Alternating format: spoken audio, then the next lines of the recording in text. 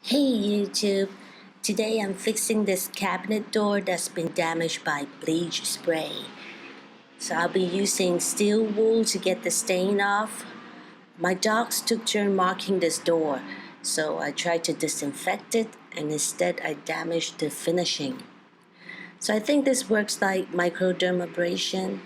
It'll take a couple of minutes of rubbing and you'll see the stain being finely sanded off.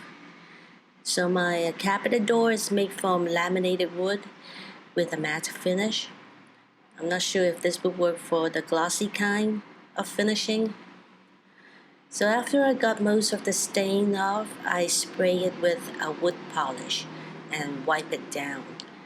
And the stain is gone. So this also works for minor scratches like pen scratches, little key scratches. Anyway, that's all for today. Thanks for watching.